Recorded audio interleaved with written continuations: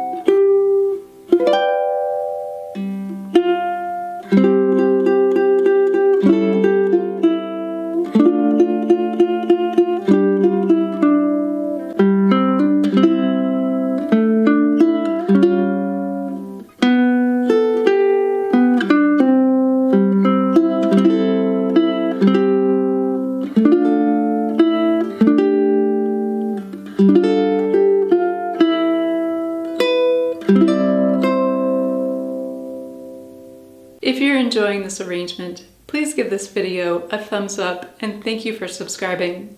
This arrangement is for low G tuning, and you can download the tabs as a PDF from my Patreon page, along with my book of tabs and my songbook covering all of the songs and arrangements that I've shared in my tutorials. You'll find the link down below in the video description. Now let's move into our tutorial, where I'll give you lots of tips on how to play the more difficult parts of this song. We're starting off the first measure with a hammer-on, playing the open third string and hammering onto the second fret using our middle finger. If you're not yet comfortable with hammer-ons, then you can pick each note.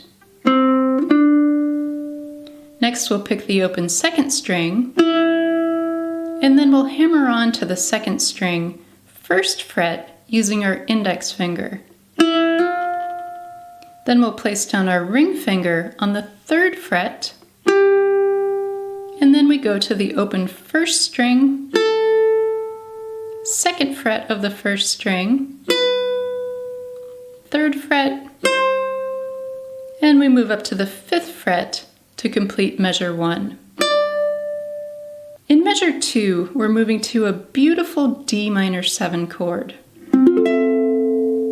I'm playing this chord with my index finger, barring all 4 strings across the 5th fret, and I have my ring finger on the 7th fret of the first string.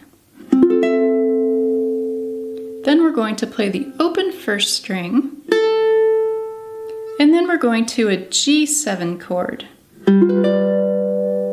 I'm playing this chord with my index and middle fingers on the 5th fret of strings 1 and 3, and my ring finger on the 7th fret of the second string.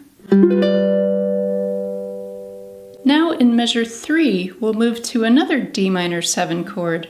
This one starts on the 1st fret, so I have my index finger on the 1st fret of the second string, my middle and ring fingers on the 2nd fret of strings 3 and 4, and my pinky on the 3rd fret of the first string. Next we'll pick the 1st fret of the 2nd string, so we don't have to move our fingers yet. And then we're going to shift our middle finger and ring finger into a G7 chord. So I still have my index finger on the 1st fret of the 2nd string, and I'm placing my middle and ring fingers on the 2nd fret of strings 1 and 3. we'll walk through measures 9 through 13, as there are many difficult chords with tricky transitions and fingerings within these measures. In measure 9, we're starting with our open 4th string, then our open 3rd string, and then we're playing strings 1 and 2 together with our index finger on the 3rd fret of the 1st string. To finish measure 9, we'll pick the 1st string, and it's important that we're playing this note with our index finger so that our other fingers are free for the F major 7 chord that starts measure 10. So moving into measure 10, I'm going to keep my index finger in place and place down my pinky, ring finger, and middle fingers on the 5th fret of strings 2, 3, and 4. Then I'll pick the 1st string 4 times, and then we're moving to an A7 chord that starts on the 4th fret. I have my index and middle fingers on the 4th fret of strings 1 and 3, and I'm placing down my ring finger on the 5th fret of the 2nd string. Now I'll pick the 1st string 3 times, and then in measure 11, we're moving to a D minor chord.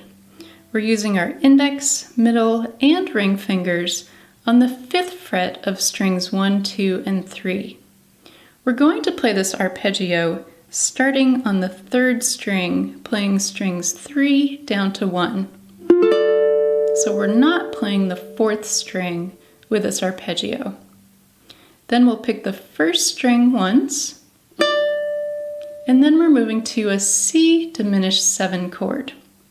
To form this chord, I'm going to leave my middle finger in place on the 5th fret of the 2nd string, and I'll place my index finger down on the 5th fret of the 4th string.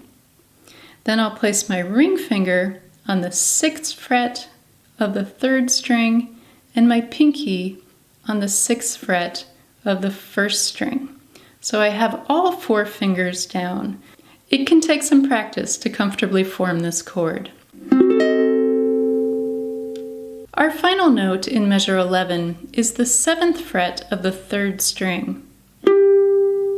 I'm playing this with my middle finger, and then in measure 12, I'm placing down my ring finger on the 7th fret of the 1st string to play our C chord. Next, I'll pick the 1st string 4 times. Next, we're going to an F add 9 chord. For this one, I'm placing down my pinky on the 8th fret of the 1st string and my index finger on the 5th fret of the 2nd string. Next, we'll pick the 1st string 4 more times. In measure 13, I'm moving my pinky to the 9th fret, and then my index finger to the 7th fret of the 3rd string.